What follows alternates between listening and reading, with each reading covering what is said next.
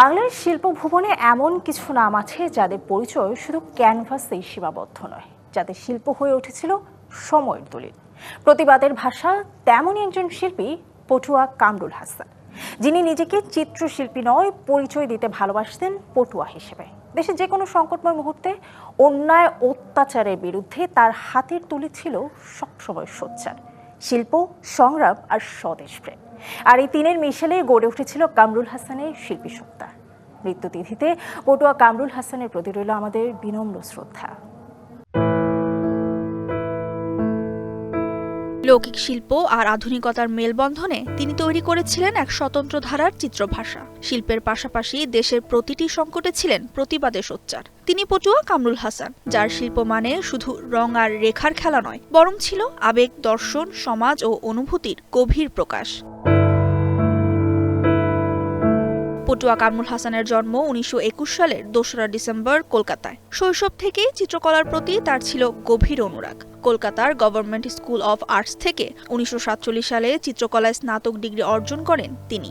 দেশ ভাগের পর এই শিল্পী চলে আসেন ঢাকায়। 1948 সালে শিল্পাচার্য জয়নুল আবেদিনের সঙ্গে যৌথভাবে তিনি প্রতিষ্ঠা করেন government institute of fine arts, যা আজকের চারুকলা অনুষদ।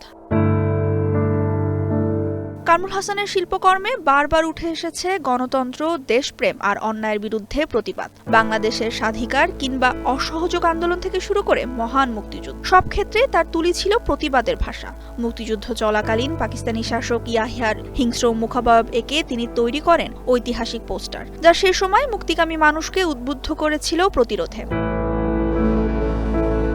1948 সাল থেকে 1960 সাল পর্যন্ত চারুকলায় শিক্ষকতা করেন কামরুল হাসান। বাংলাদেশের জাতীয় পতাকার চূড়ান্ত নকশা এবং সরকারের মনোগ্রাম তৈরির সঙ্গেও যুক্ত ছিলেন এই শিল্পী। তার আঁকা 3 কন্যা ও নাইওর অবলম্বনে যুগোস্লাভিয়া ও বাংলাদেশে প্রকাশিত হয় স্মারক ডাক টিকেট।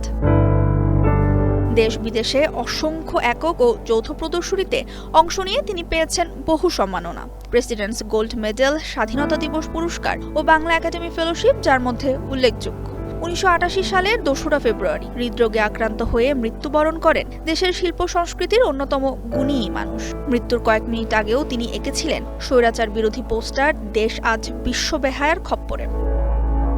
জীবনভর অন্যায়ের বিরুদ্ধে কথা বলা একজন পটুয়া কামরুল হাসান আজও বেঁচে আছেন তার শিল্পকর্মে। বাংলার শিল্প ইতিহাসে অনন্তকাল তিনি থাকবেন স্মরণীয় হয়ে। Farah Tasnim, DBC news desk.